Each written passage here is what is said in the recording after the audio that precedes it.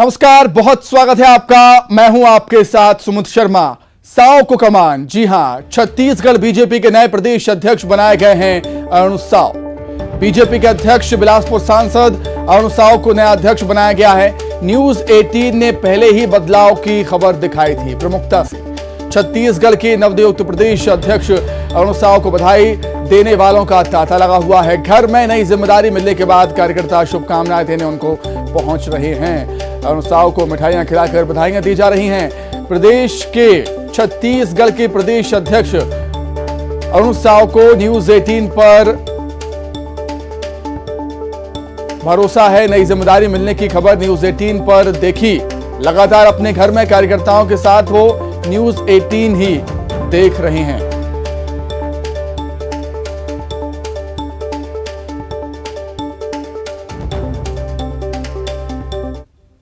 नवनियुक्त प्रदेश अध्यक्ष अरुण साव मेरे साथ हैं। अरुण जी, न्यूज 18 की तरफ से आपको बहुत बहुत बधाई। नई जिम्मेदारी आपको मिली है। अब मेरा सवाल, कितनी बड़ी चुनौती 2023 आपके लिए? आपका बहुत धन्यवाद। निश्चित रूप से भारतीय जनता पार्टी ने एक बहुत ही साधारण कार्यकर्ता को, जो बूथ इकाई का अध्यक्ष रहा है, जिसने झंडे डंडे बांधे हैं, जिन्हें दीवार लेखन किया है, एक बहुत साधारण कार्यकर्ता, एक जमीन का कार्यकर्ता, उस कार्यकर्ता के ऊपर केंद्रीय नेतृत्व ने, पार्टी नेतृत्व ने एक बड़ी जिम्मेदारी सौंपी है। निश्चित रूप से जिस भरोसे के साथ, जिस उम्मीद के साथ केंद्रीय नेतृत्व ने जिम्मेदारी सौंपी है, उनके भरोसे पर खरा उतरने के लिए परिश्रम की पराकाष्ठा करेंगे। और अटल जी ने जिस बड़े मन से छत्तीसगढ़ अलग राज्य निर्माण किया है, अटल जी के सपने को साकार करने के लिए 2023 में छत्तीसगढ़ में भारतीय जनता पार्टी की सरकार बने, छत्तीसगढ़ में कमल खिले, छत्तीसगढ़ के लोगों के आकांक्षाएं पूरी हो, इसलिए पूरी ताकत से लगेंगे। सबका साथ लेकर, सबको मिलकर छत्तीसगढ़ में कमल खिलाएंगे। अरुण साहब, आप कह रहे हैं कि छत्तीसगढ़ में फिर से कमल खिलाना है। अरुण जामवाल साहब आए हैं, नई जिम्मेदारी दी है, तो ये माना जाए कि ये और छत्तीसगढ़ में भाजपा की सर्जरी का पहला कदम है। आगे और भी इस तरह के बदलाव देखने को मिलेंगे? देखिए, भारतीय जनता पार्टी सतत रूप से काम करने वाली संगठन है। सातों दिन और 24 घंटे काम करने वाली संगठन है। संगठन में ज़रूरत के हिसाब से जिम्मेदारियों का आदान प्रदान होता है, और इस नाते भारतीय जनता पार्टी का एक एक कार्यकर्ता अपनी जिम्मेदारी निभाने में जुटा हुआ है। जिसको जो जिम्मेदारी मिलेगी उसके हिसाब से काम करेंगे। और 2023 में छत्तीसगढ़ में फिर से भारतीय जनता पार्टी की सरकार बने, इसलिए छत्तीसगढ़ भारतीय जनता पार्टी के कार्यकर्ता काम करेगा, मिलजुल कर काम करेंगे, सबको साथ लेकर चलेंगे और छत्तीसगढ़ में 2023 में कमल खिलाने का काम करेंगे। 2023 विधानसभा चुनाव की तैयारी है। सर, छत्तीसगढ़ में जो मुख्यमंत्री हैं वो ओबीसी हैं, आप ओबीसी हैं, तो क्या ओबीसी को लेकर ज्यादा फोकस है? कहीं ना कहीं ओबीसी वोट बैंक एक बड़ा आबादी है, तो 2023 की नैया जो पार करनी है वो ओबीसी और आदिवासी जो समुदाय है, जो वोटर है, उसी के सहारे भाजपा जीतेगी। भारतीय जनता पार्टी, जैसे हमारे प्रधानमंत्री जी बार बार कहते हैं, सबका साथ, सबका विकास, सबका विकास, सबका विश्वास और सबका प्रयास। तो सबको साथ लेकर चलेंगे, सबको आगे आने का मौका मिलेगा और सबको साथ लेकर छत्तीसगढ़ को विकास की दिशा में लेकर जाएंगे। छत्तीसगढ़ में भारतीय जनता पार्टी की सरकार बने, छत्तीसगढ़ विकास की दिशा में फिर से बढ़े। छत्तीसगढ़ में विकास के सारे काम ठप हैं, भ्रष्टाचार चरम पर है, जिस प्रकार से प्रशासनिक आतंकवाद का वातावरण है, और आज छत्तीसगढ़ की जनता अपने आप को ठगा हुआ महसूस कर रही है। तो छत्तीसगढ़ की जनता में आक्रोश है राज्य की कांग्रेस सरकार को लेकर, और हम सब मिलजुल कर 2023 में भारतीय जनता पार्टी की सरकार बनाने के लिए पूरी ताकत से लगेंगे। सर, 2023 में भाजपा फिर से सत्ता में लौटेगी, इसी के क्रम में आप काम करेंगे। सर, 2028 में जब चुनाव हुए थे तो जनता की नाराजगी थी, साथ साथ भाजपा के जो कार्यकर्ता थे वो भी नाराज थे, तो उस नाराजगी को अब आपके नेतृत्व में दूर किया जाएगा? भारतीय जनता पार्टी का एक एक कार्यकर्ता काम में लगा हुआ है। इवन कोरोना की वैश्विक महामारी के दौरान भी भारतीय जनता पार्टी का कार्यकर्ता अपनी जान को जोखिम में लगाकर जनता की सेवा में, जनता को मदद करने में लगा हुआ था। आज भी भारतीय जनता पार्टी का कार्यकर्ता पूरी ताकत से जुटा हुआ है। आज हर घर तिरंगा अभियान चल रहा है। भारतीय जनता पार्टी का एक एक कार्यकर्ता हर घर में तिरंगा फहरे को लेकर काम कर रहा है। भारतीय जनता पार्टी का कार्यकर्ता सतत रूप से काम करने वाला कार्यकर्ता होता है और इसलिए 2023 में छत्तीसगढ़ में भारतीय जनता पार्टी की सरकार बनेगी, कमल खिलेगा। इसके लिए एक एक कार्यकर्ता पूरा तरह से तत्पर है, तैयार है और हम चुनाव के मैदान में जाने को तैयार हैं। सर, एक अंतिम सवाल, क्योंकि अब नई जिम्मेदारी आपको मिली है तो कार्यकारिणी भी आपकी होगी, तो नई कार्यकारिणी में नए चेहरे होंगे। 2023 विधानसभा चुनाव की छाप आपकी कार्यकारिणी में नजर आएगी। पार्टी के सभी बड़े नेताओं से मिलकर आगे की रणनीति बनाएंगे और पार्टी ने जिस विश्वास के साथ एक कार्यकर्ता को, एक छोटे कार्यकर्ता को जिम्मेदारी दी है, पूरी मेहनत करेंगे, पूरी ईमानदारी से काम करेंगे और प्राथमिकता 2023 में छत्तीसगढ़ में कमल खिले, छत्तीसगढ़ में भारतीय जनता पार्टी की सरकार बने। राज्य की जो जन विरोधी सरकार है, ठगने वाली सरकार है, उससे छत्तीसगढ़ को मुक्ति दिलाएंगे। तो अरुण साव साहब दावा कर रहे हैं कि 2023 विधानसभा चुनाव की तैयारी में अभी से लग गए हैं और कमल को दोबारा 2023 में खिलाना है। साथ साथ जो कांग्रेस की वर्तमान सरकार है, इससे भी राज्य की जनता को छुटकारा दिलाना है। कैमरामैन चंदन पटवाल के साथ नई दिल्ली से अशरफ काजमी, न्यूज़ 18। अरुण साव के अध्यक्ष बनने पर और विष्णुदेव साय को हटाने पर सीएम भूपेश बघेल का बयान सामने आया। उनका कहना है कि उनकी पार्टी का आंतरिक मामला है। आज विश्व आदिवासी दिवस है। विष्णुदेव साय आदिवासी समाज से आते हैं, एक दिन बाद हटा सकते थे।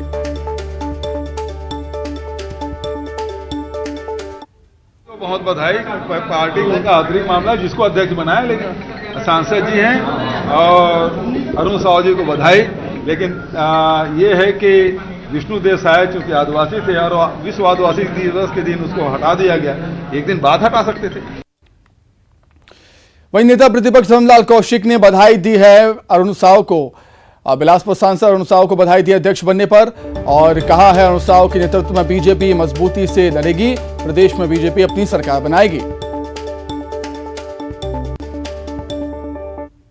बधाई देता हूं अध्यक्ष बनने के लिए और उनके नेतृत्व में पार्टी मजबूती के साथ लड़ेगी, 2023 में सरकार बनाएगी। देखिए, अब रणनीति तो पार्टी के बैठ करके करते हैं और अच्छी रणनीति बनेगी जिससे सभी को साथ लेकर के चलेंगे और निश्चित रूप से आने वाले समय में बीजेपी का अच्छा परफॉर्मेंस होगा, अच्छा प्रदर्शन होगा और 2023 को टारगेट करके चलेंगे। अरुण साव के अध्यक्ष बनने पर बोले हैं मंत्री अमरजीत भगत, बीजेपी के दिल में कभी आदिवासियों के लिए प्रति प्रेम रहा ही नहीं। आदिवासी क्षेत्रों में 3000 स्कूल बंद कर दिए गए थे। भूपेश बघेल ने बंद स्कूलों को चालू करवाया। विष्णुदेव साय को हटाकर बीजेपी ने सही नहीं किया। आदिवासी समाज का अपमान करने का काम किया गया है, यह भी उन्होंने कहा।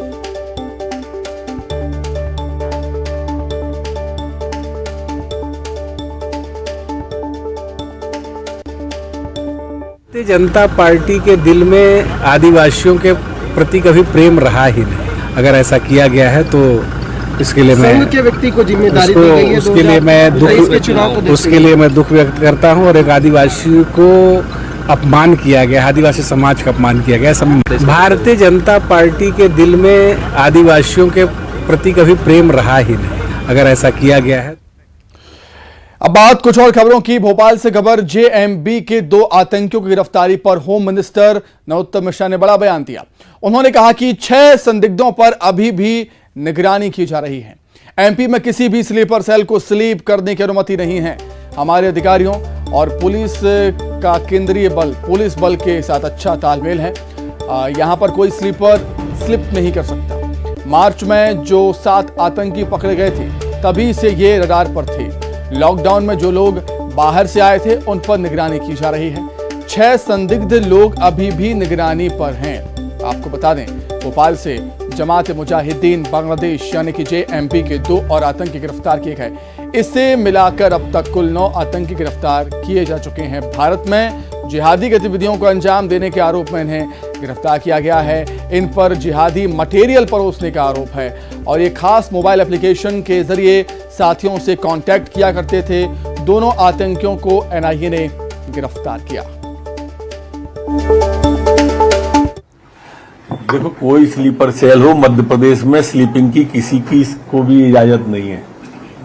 यहाँ ऐसी कोई सेल स्लीपिंग नहीं कर सकती है। हमारे अधिकारियों का, हमारी पुलिस का, केंद्रीय पुलिस बल के साथ में बहुत अच्छा तालमेल है। 2 आतंकवादी JNB के पकड़े गए हैं। हमीदुल्लाह उर्फ गाजी, मोहम्मद शहादत को गिरफ्तार किया गया है। मार्च में जो 7 पकड़े गए थे उसके बाद से ये रडार पर थे और पूरी निगरानी इनकी रखी जा रही थी।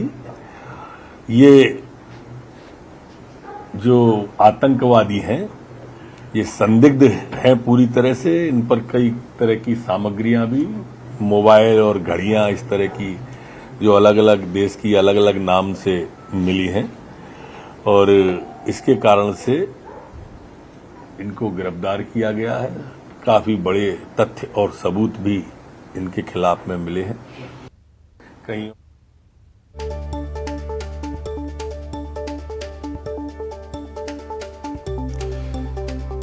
तो कुल 9 आतंकी गिरफ्तार किए जा चुके हैं JMB के NIA की तरफ से। और नरोत्तम मिश्रा, गृहमंत्री नरोत्तम मिश्रा ये भी कहते हैं कि 6 संदिग्ध अभी भी निगरानी में हैं।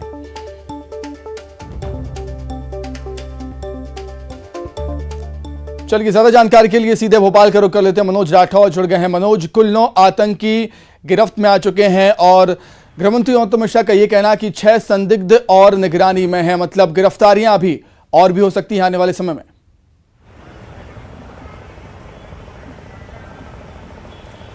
जी बिल्कुल, क्योंकि जिस तरीके से लगातार मध्य प्रदेश में इस आतंकी संगठन के सदस्यों की गिरफ्तारी लगातार हो रही है, ये सबसे बड़ा सवाल मध्य प्रदेश पुलिस के लिए है कि आखिरकार उसका इंटेलिजेंस सिस्टम और उसका जो तमाम खुफिया तंत्र है वो क्या काम कर रहा था। हालांकि गृह मंत्री नरोत्तम मिश्रा जरूर पीठ थपथपाते हैं अपनी पुलिस की और ये कहते हैं कि कोई भी स्लीपिंग जो है वो सेल यहाँ पे नहीं कर सकता JMB का, लेकिन बार बार ये गिरफ्तारी बताती है कि मध्य प्रदेश पुलिस किस तरीके से काम कर रही है। तो ये सबसे बड़ा सवाल है। हालांकि केंद्रीय एजेंसी NIA इस पूरे मामले की जांच कर रही है और लगातार गिरफ्तारियों का सिलसिला जारी है। हालांकि खुलासा MP ATS ने किया था, लेकिन लंबे समय से यदि ये आतंकी इस वक्त थाना क्षेत्र में रह रहे थे तो ये सबसे बड़ा सवाल अपने आप में। और ये पहला मामला नहीं है, इससे पहले भी कई आतंकी संगठनों के सदस्य भोपाल ही नहीं बल्कि मध्य प्रदेश के कोने कोने से गिरफ्तार हो चुके। तो ये सवाल भी है कि आखिरकार मध्य प्रदेश पुलिस और उनकी एजेंसियां क्या कर रही है। लेकिन क्योंकि अभी गृह मंत्री नरोत्तम मिश्रा ने कहा है कि 6 संदिग्ध की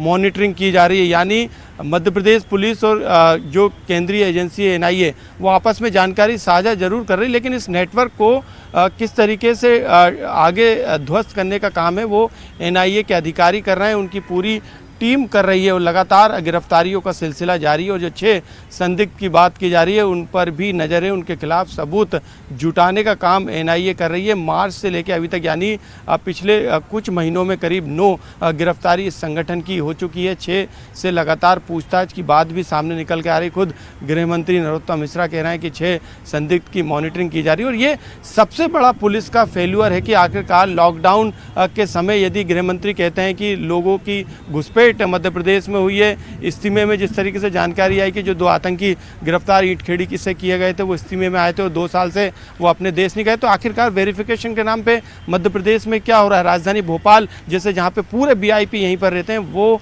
क्या उनकी सुरक्षा के लिहाज से ये कितना खतरनाक हो सकता है। बहुत से आतंकी संगठन है जो मध्य प्रदेश में इस समय डेरा डाल चुके हैं और करीब 100 से ज़्यादा स्लीपर सेल की जानकारी की बात भी सामने आ रही है। हालांकि अब NIA ने इस पूरी जांच को अपने हैंडओवर में लिया और लगातार गिरफ्तारी कर रही है और इस पूरे नेटवर्क को ध्वस्त करने का सबसे बड़ा टारगेट है मध्य प्रदेश पुलिस के लिए ही नहीं बल्कि केंद्रीय और खुफिया एजेंसियों के लिए भी, क्योंकि बिल्कुल ठीक बात है मनोज, नहीं बल्कि देश आप हमारे साथ बने रहिए मनोज। कुछ और खबरों पर भी हम आपसे लगातार जानकारी लेंगे। आगे बढ़ते हैं। कांग्रेस के बड़े नेताओं के करीबी मिर्ची बाबा को रेप के आरोप में पुलिस ने गिरफ्तार कर लिया है। मिर्ची बाबा पर एक महिला ने दुष्कर्म का आरोप लगाया था। महिला का आरोप है कि वो अपनी संतान न होने की समस्या को लेकर बाबा के पास पहुंची थी, जहां उसे नशीली दवा पिलाई गई और बेहोश कर रेप किया गया। मिर्ची बाबा को ग्वालियर के एक होटल से गिरफ्तार किया है। मिर्ची बाबा को पुलिस ने ग्वालियर के एक होटल से रेप के मामले में गिरफ्तार किया। भोपाल और ग्वालियर क्राइम ब्रांच की ये संयुक्त कार्रवाई है। गिरफ्तारी के बाद भोपाल पुलिस मिर्ची बाबा को ग्वालियर से भोपाल लेकर आई। आपको बता दें, मिर्ची बाबा को कमलनाथ के नेतृत्व वाली कांग्रेस सरकार में मंत्री का दर्जा प्राप्त था। धर्मगुरु मिर्ची बाबा हरिद्वार के श्री पंचायती निरंजनी अखाड़ा के महामंडलेश्वर स्वामी वैराग्यानंद गिरी महाराज हैं। कुछ ही दिनों पहले ही हिंदू देवी देवताओं पर फिल्म बनाने वालों का सर काटने वालों को इनाम का ऐलान मिर्ची बाबा ने किया था।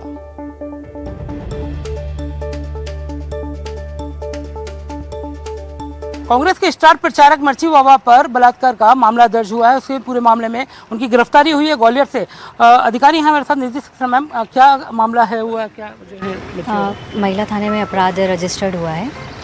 सेक्शन 376 के आरोप हैं, उसके तहत ही अरेस्टिंग की गई है। मैम, क्या आरोप है इनके ऊपर, बाबा के ऊपर? रेप का मामला। तो ये कब की शिकायत है महिला ने? महिला थाने में कल शिकायत आई है, उसी के तहत FIR रजिस्टर्ड हुई है। मैम, तो मुश्किलें बढ़ सकती हैं बाबा की?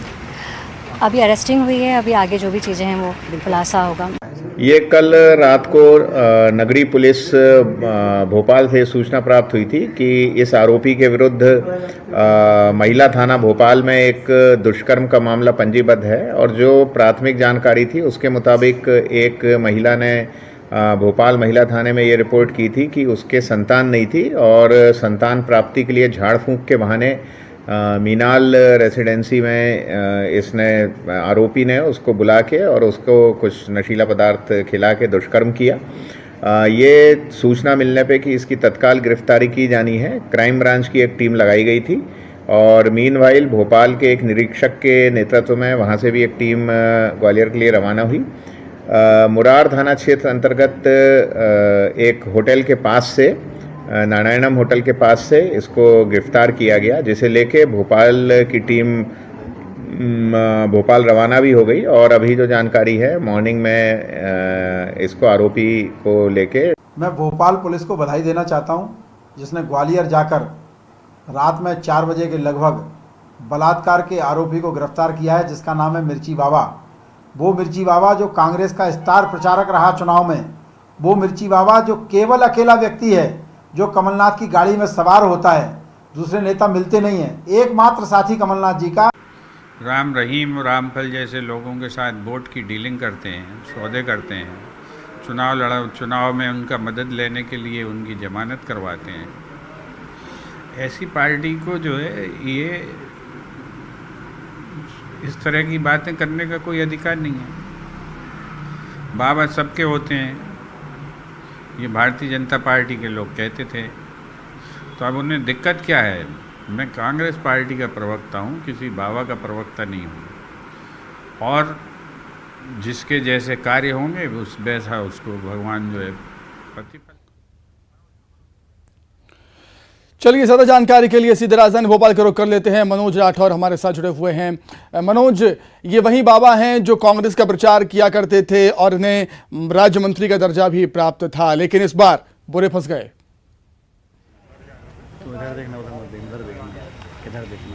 बिल्कुल, आप देख सकते हैं ये क्राइम ब्रांच है। यहाँ पे मिर्ची बाबा को रखा गया, थोड़ी देर बाद कोर्ट में पेश किया जाएगा। लेकिन किस तरीके की पूरी कार्रवाई रही, हमारे साथ क्राइम ब्रांच के सीनियर अधिकारी मौजूद हैं, शैलेंद्र सिंह चौहान साहब। सर, किस तरीके की पूरी कार्रवाई रही है मिर्ची बाबा के खिलाफ, क्या आरोप लगे हैं और आगे किस तरीके से कार्रवाई क्राइम ब्रांच या जिस भी पुलिस ने FIR दर्ज की है वो करेगी? इस संबंध में महिला थाना भोपाल के द्वारा प्रकरण पंजीबद्ध करके विवेचना की जा रही है। उनके द्वारा इस संबंध में हिरासत में लेकर पूछताछ की जा रही है। इस संबंध में जो हमारे राजपत्रित अधिकारी थाना प्रभारी एक टीम बनाकर पूछताछ कर रहे हैं और दुष्कर्म के सभी पहलुओं पर पड़ताल, जांच, अनुसंधान और विवेचना जो है सब चल रही है। इसमें शीघ्र ही न्यायालय में पेश करने की कार्रवाई की जाएगी। सर, शिकायत क्या मिली थी, क्या आरोप लगे थे इन पे? देखिए, अभी शिकायत की मैं बहुत ज़्यादा तथ्यों को उजागर नहीं करूँगा, परंतु मामला दुष्कर्म का होने के कारण इसमें जो महिला थाने द्वारा अपराध पंजीबद्ध करके विवेचना की जा रही और पूछताछ की जा रही है और शीघ्र इसमें न्यायालय की कार्रवाई की जाएगी। सर, पूछताछ में क्या सहयोग कर रहे हैं मिर्ची बाबा, क्योंकि लगातार क्राइम ब्रांच में पूछताछ भी उनसे की जा रही है इस पूरे घटनाक्रम को लेकर? अभी मैं विवेचना के जो भीतर के तथ्य उनका खुलासा नहीं कर पाऊंगा। सर, इस पूरे मामले में मिर्ची बाबा को आरोपी बनाए गए या फिर कोई उनके सहयोगी भी इसमें शामिल थे? ये आगे विवेचना में खुलासा होगा। जी सर, और क्या आरोप लगे हैं मिर्ची बाबा में, इसके अलावा कोई उनका तो मनोज, निश्चित तौर पर हम कह सकते हैं कि मिर्ची बाबा की मुश्किलें अब आने वाले दिनों में बढ़ने वाली हैं। बहुत धन्यवाद आपके जुड़ने के लिए, तमाम बातचीत के लिए।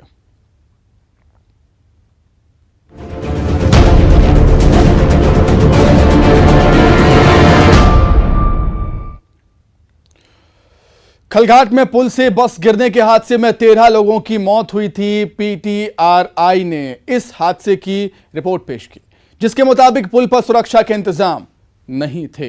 देखिए रिपोर्ट।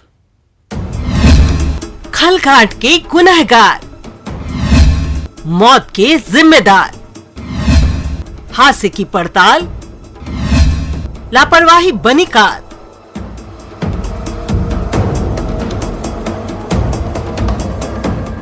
सत्रह जुलाई 2022 धार के खलघाट में महाराष्ट्र रोडवेज की बस नर्मदा नदी में जा गिरी। इस हादसे में 13 लोगों की जान चली गई थी। आखिर कौन था इन मौतों का जिम्मेदार? Police training and research institute ने इसकी पड़ताल कर रिपोर्ट सौंपी है। इस हादसे में national highway authority of India की लापरवाही सामने आई है। पीटीआरआई की इस रिपोर्ट में हादसे के 4 बड़े कारण बताए गए हैं। रेलिंग नहीं होना, ब्रिज पर रेलिंग नहीं थी। रेलिंग होती तो बस नदी में गिरने से बच सकती थी। रंबल स्ट्रिप्स, ब्रिज के अप्रोच रोड पर ड्राइवर को सचेत करने के लिए नहीं थे rumble strips. Sign board, bridge के आसपास सड़क पर कहीं भी नहीं थे sign board. Speed limit, bridge के पास स्पीड लिमिट के लिए इंतजाम नहीं थे। स्पीड लिमिट के साइन बोर्ड तक नहीं मिले। यह हादसा आगरा मुंबई रोड पर हुआ था, जो इंदौर से महाराष्ट्र को जोड़ता है। धार और खरगोन की सीमा पर बने पुल से बस गिरी थी। बस इंदौर से महाराष्ट्र के अमलनेर जा रही थी, लेकिन इसमें सवार यात्रियों को ये नहीं पता था कि ये मौत का सफर था। इंदौर से करीब 90 किलोमीटर दूर पुल से बस गिर गई और 13 लोगों की मौत हो गई। पीटीआरआई की रिपोर्ट बता रही है कि लापरवाही के कारण यह हादसा हुआ। पुल पर अगर सुरक्षा इंतजाम होते तो शायद ये भीषण हादसा न होता और 13 लोगों की जान नहीं जाती। तो इसी के साथ ही खास खबर में फिलहाल इतना ही। नमस्कार।